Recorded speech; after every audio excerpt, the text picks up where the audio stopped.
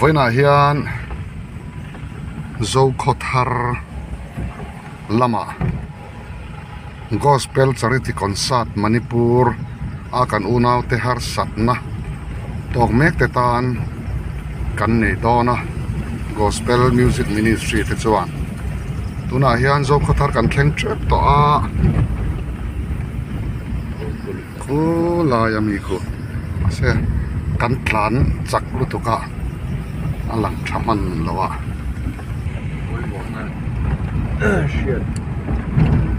tuna hian zo khothar ton tir kan thleng nga ti hian zo khothar kan lut chana khu lam khu ni a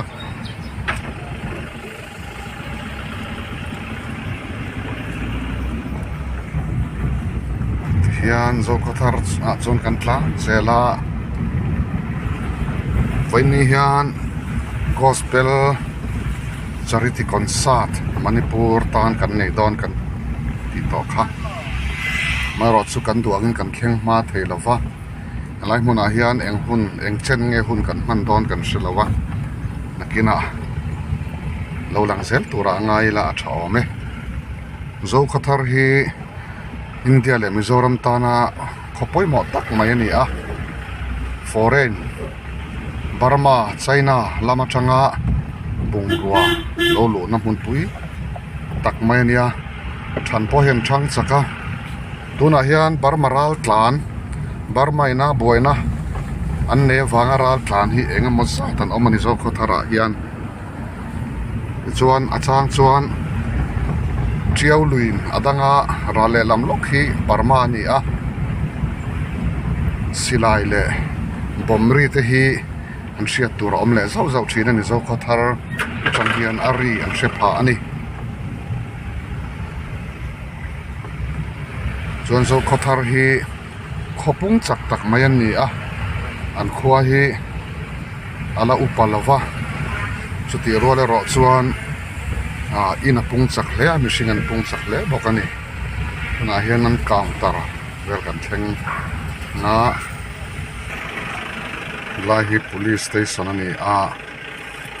zo khothar hi ram rian yangin police te po uluk taka an om achula uluk takan duty te achula ti hianin tha an timuang thin hle ani tuna hian zo khothara charity concert nei turin kan thleng chia ani puti chawania gospel music ministry advisor ani a helama hen nula hawa phura zai thiam ho sata san missionary sa ain helama phedi helai motor hen an ni hawan chuanga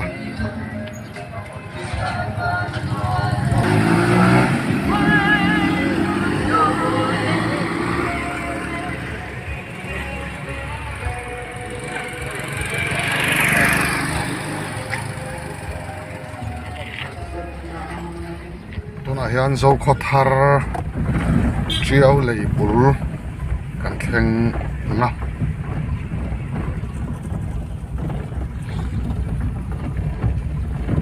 zo khothar chu pui deuh mai nia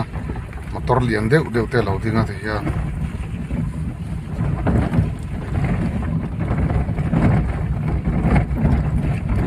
alai mun rem chang lai a hian charity concert kan buat sai don ni khualum sia ti takin omang mole than zoi zoi chungin kan zai thiam ten zai men chu rem chang la hin kan ding nga he kan driver ania ni motor khala thiama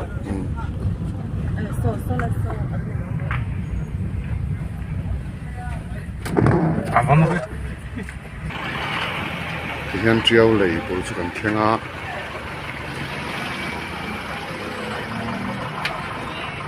so nice so police duty na mun ani a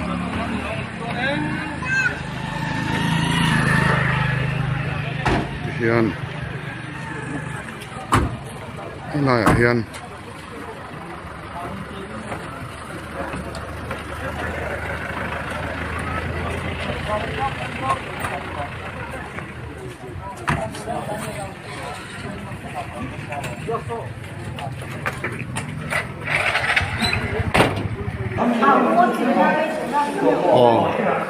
Với những gospel music ministry ten Manipur har sat na tok mek ta na charity concert an nei na tura zo ko tharan nula te tlangwal te chumi puala duty tur te nian ni hi fel khop mai heta hian maruati oma ni hi zo ko thar zirtir tu ania ma se với ni hen kan pot peng so kan hi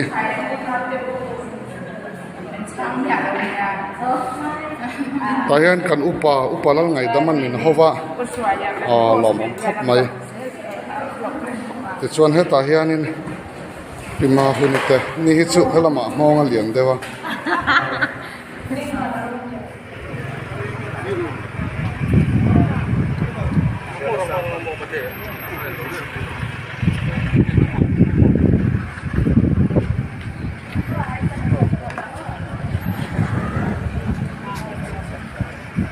puya an mani ta na sumle pai mani rem tiang ang lo pea pathian khoi na kan don mal som na kan don kha manipur kan ule nau te tan sumle pai peturin in khoi na kan han di la pathian thu mun khanami on chiarangeที่ตัวรถไฟที่จูชันสวกละถ้าไม่ตัวที่จูชันสวกถอยรอง่ายแต่ให้จูกระเขลวิธีไม่ชวนที่ลุงบุกตัวชวนอะไรตัวโดนลมนี่อินดุนนวงตัวชวนกระเขโดนลมนี่มิตินนั่นทิลที่ยังเซลินรูลโดนลมนี่ทุกันจาตันประเทศมัลมินสอมสังโรเซวันนี้กันสุยังคานนี่ดังเลยหุ่นดังกันตีง่ายลงเลยกันเขียนง่ายลงที่ปนียังอ่ะมันนี่พูดกันรู้เลยน่าเตะมังอังจับทอมกันเขียจูมีเตจันปุยนาตาหนักจวนเฮลัยมุนาเฮียนเวบูร์คนอินgospel singer มันนี่พูดแล้วมันกันใจเทียมเตะมังอินตัวหุ่นอาเฮียนเวบูร์กันนั่นคนเมกันนี่อ่ะ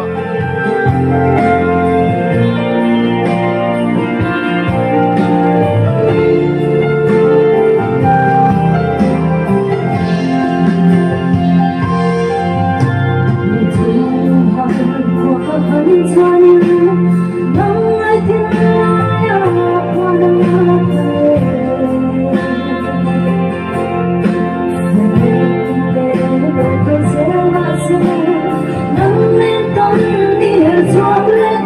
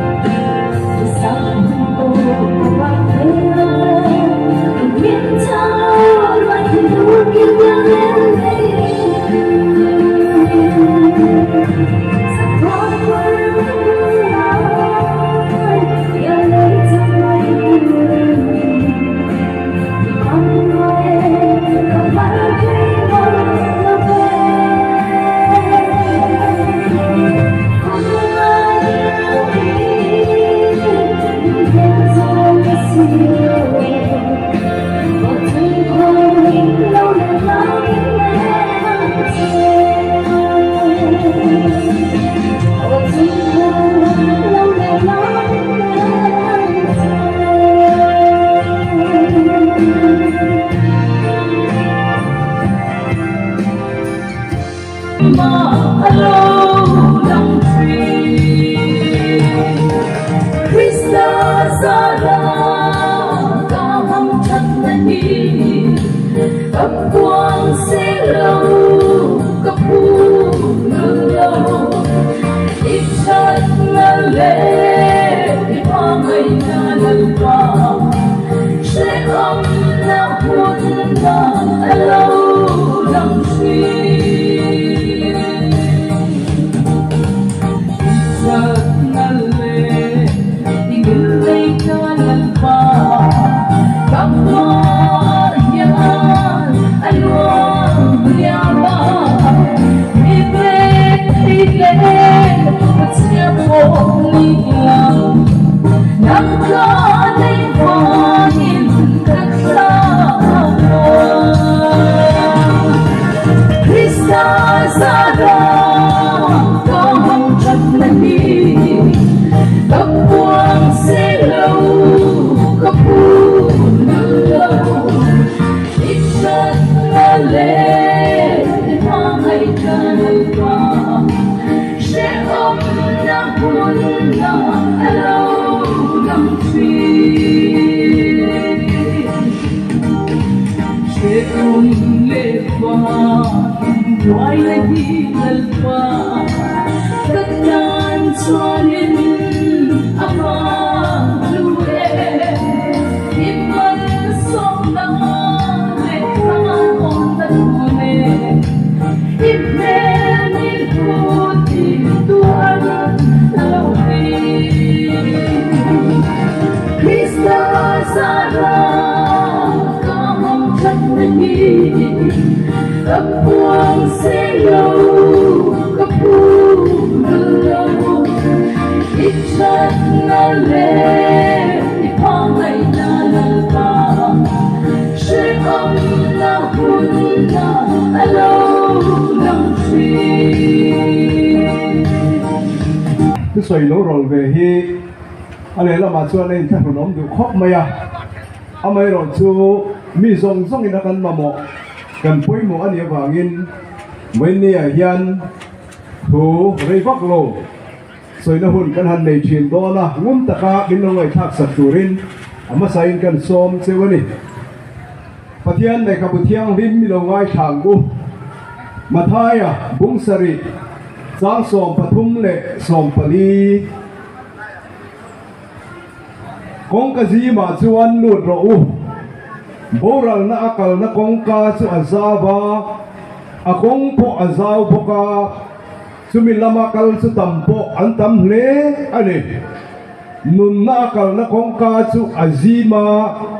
amutu te po akong po ache boka amutu te po tlem te anni ti le mathaya zia beka khan som te chu tam tak anni a than te ro chu tlem te anni ti kan bu boka tin ti ma the le ka thon pakhat na bung ni chang dia khan ani chuan mi zong zong chan dama oma le putak hia a adu ani ti kan bu boka ni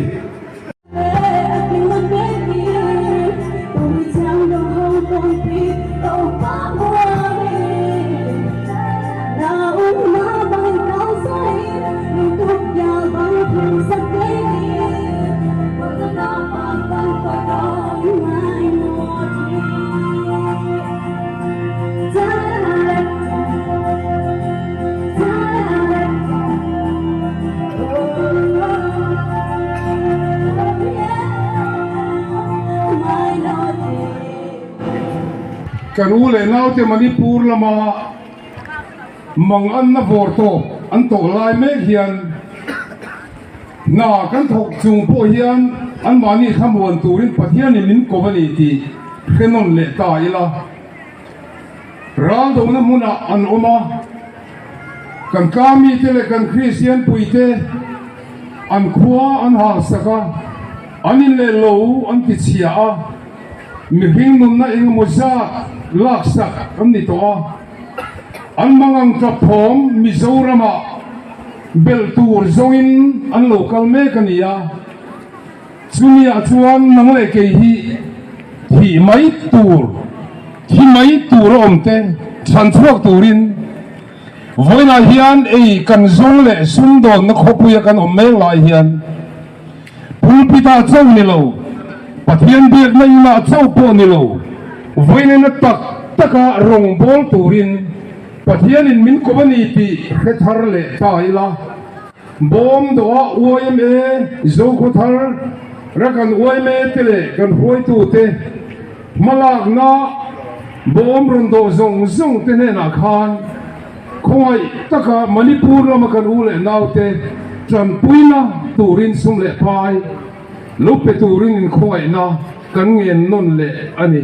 khathi Myanmar lama karule naute mang ang trapon po Mizoramin arpia pathian milorong in bol saktunin atul ang khambuan na kanin petin Chudiang mi surelai muna hekan ni bikawangin mangang tele lungai tuar le rumek te sansuak turian tun hun tha kan le ayan pathian in min ko ti jiang non le taila pathian ma so na ba ma sung do na khopuya hian manipur kan ule naute chak lungai na vorto anton me lai hian lo mai turin keini hi min ruat lo ti khia in herong bola point hian atakin kan badin pui ve thailova ra thuam le thil dang in tran pui thailova nima se trong trai le thil pe kin kanin khamuana kanin pe theni ti khia ila chutiang tur chuan turuna po hian gospel music ministry headquarter champhai atangin manipur la kan zai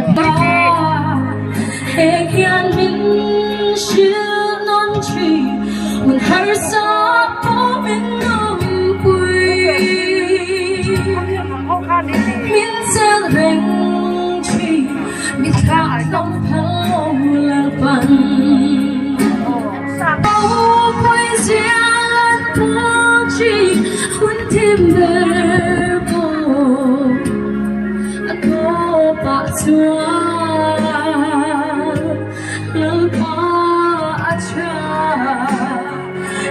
cần phía non lệ chi từng ngày thoại vàng thôi vì cái chia đâm bút thà từng bên chia đông chi hun har sa po con chi mà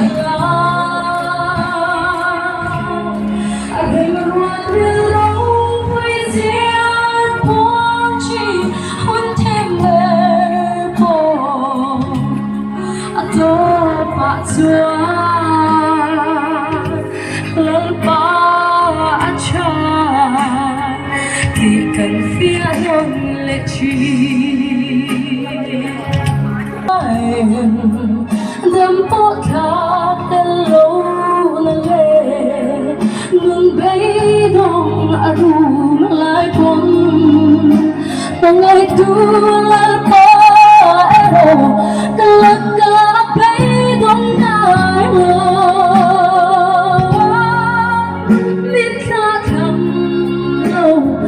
hoa gây min cao sang lâu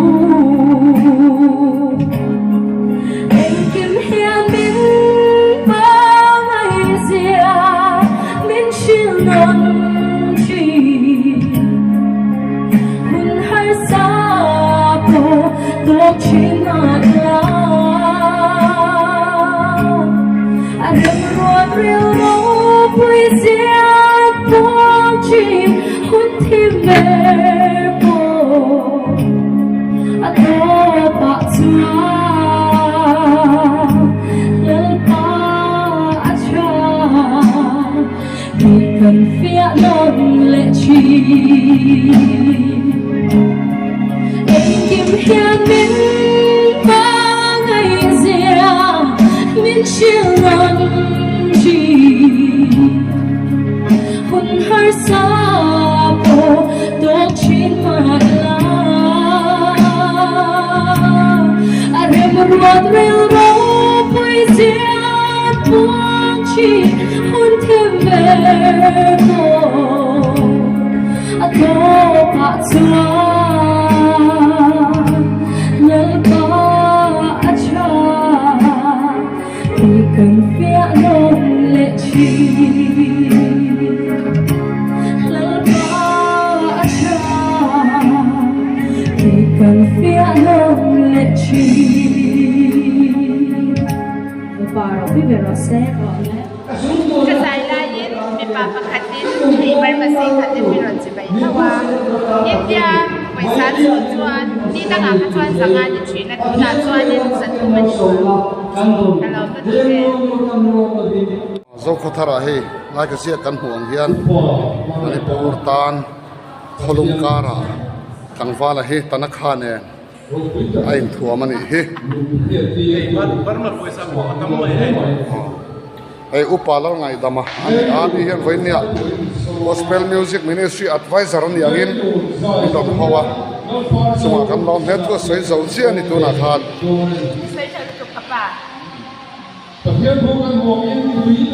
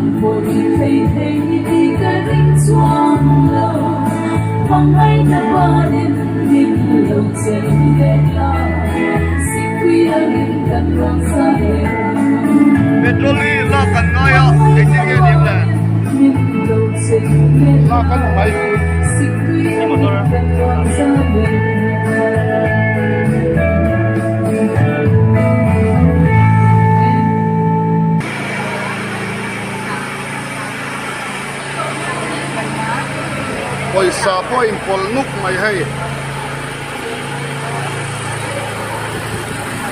ai impol nuk mai par zo ipon la pol nuk asa oh tuan poisa po pol nuk oh mesin po hey ke pon kabat dole ka ba bule hey oh yan zaran ye oh Oh,那儿得人只是就说，哦，那是。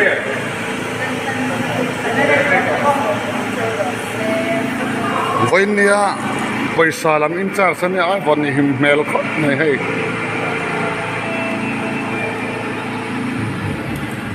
Mẹ sẽ tự hồ cho các đạn tôn thì còn cái tay nó đạt được là cha đi muốn nên thì ta san pumuan te ani sa sa pumuan te vai vai chém lùa lùa luôn ta cái Tô pha vô sao người tu Hello, hello, okay Đi lên ta để áp sĩ phê Tô pha hồi ra một thế mà Tu đi chẳng thân tô pha hồi ra bên hai rồi Tô pha vô sao người tu Hello, hello, okay Ta quay nắng chỉ qua lê quang Tô pha hồi ra một thế mà Tu đi chẳng thân tô pha hồi ra bên hai rồi Đi thân yêu tô pha hồi ra một thân thân thiên Đi là ta tô pha hồi ra một thân thiên Nhưng lại không biết không biết ta sẽ đi chẳng qua một về hậu trái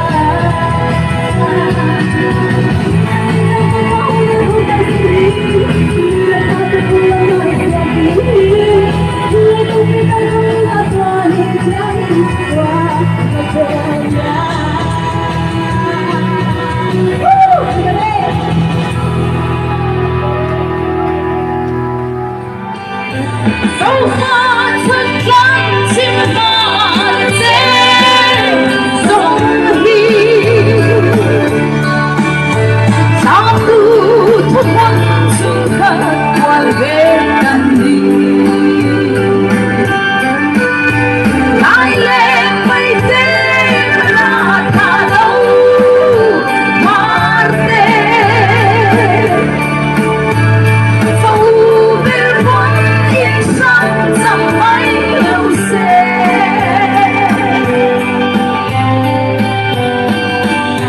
Tuan tu Rầm dù cõi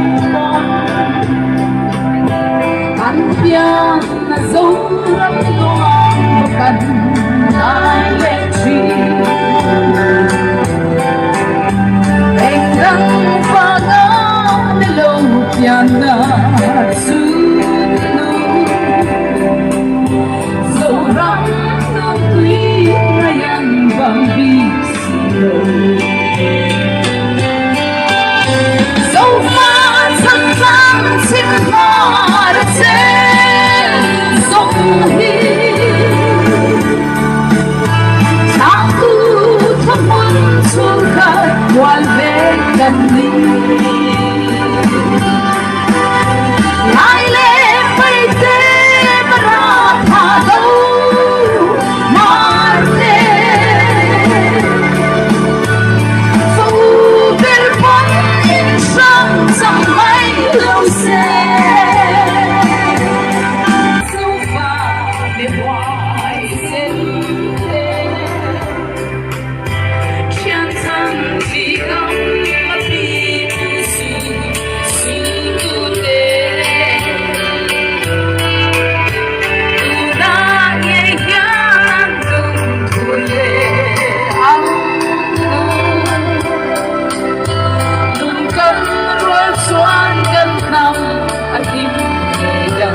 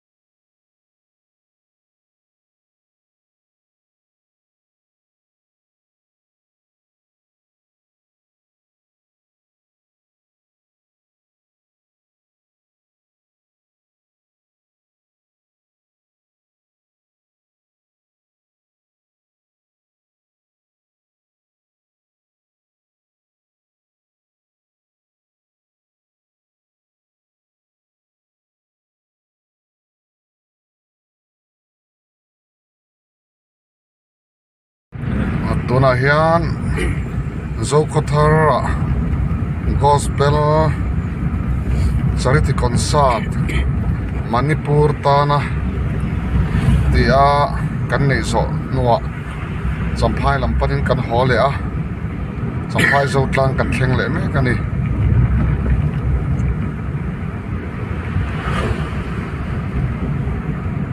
champhai zo tlang Springdale School kan thleng chon ani ni zam chu Springdale School nei tu pu el tena hian chaw kan zu e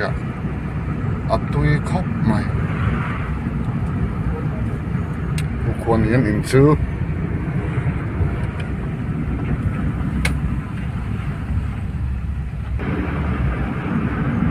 lian champhai zo tlang ka chu kan tlan me ka kong po anuam tuna kan tlan me champhai zo tlang ani a like ki biak in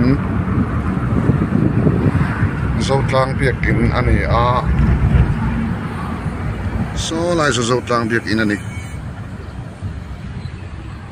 chuan hunai hi zo tlang kon kan han ti kha nia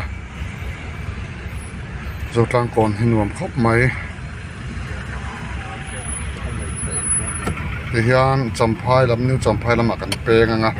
so lam kal thlang na so ai zol ro ta ni kan nu champhai lu na lamani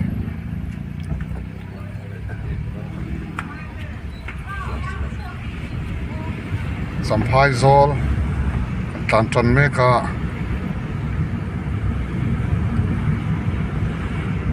kong pui po anuam ani tu nai chu kong pui anuam le maya hei tlan chak lu tuk te anom le pal thina an lo accident le thina hena hi zo tlang not biak in ani a nei tha khop mai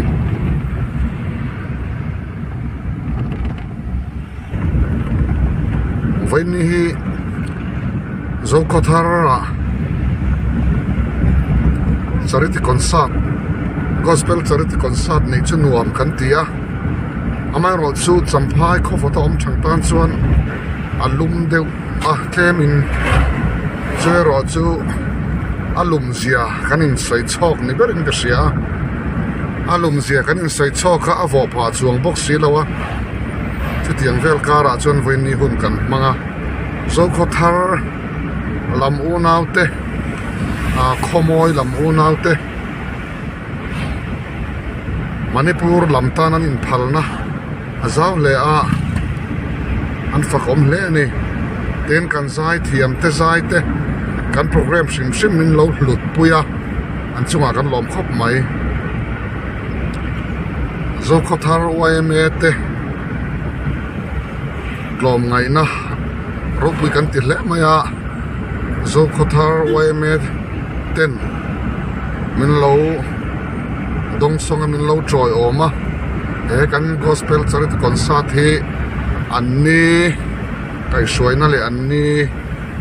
thazar noya hian ruang ni e ruang zuen kan ni tu an thazar noya lo thling takin kan nei thei kan lom le maya chuan zo khothar OC te zo khothar VC te le zo khothar le khomoi mi pui zong zong ta chunga lom thu kan sei tak me mewa anin pek na anin phal na kan be sei ai na sa in kan mu a kan lom tak zetani min phal te wangin pathian ro puina tarlanin om thina mi in phal te awangin pathian choi moin om thina kan lom tak zetani voini a hian namin pum khat na hetianga in chan puina tura malak an ni a mi pui te pon mala tu te thinlung le ti tak zeta kan lo thlo phi alom om le maya mi zo te hi in en sang thei kan ni lawa kan chong te kan mel te an lo dang de ma sela zo na thak kan ni na hi kan in siat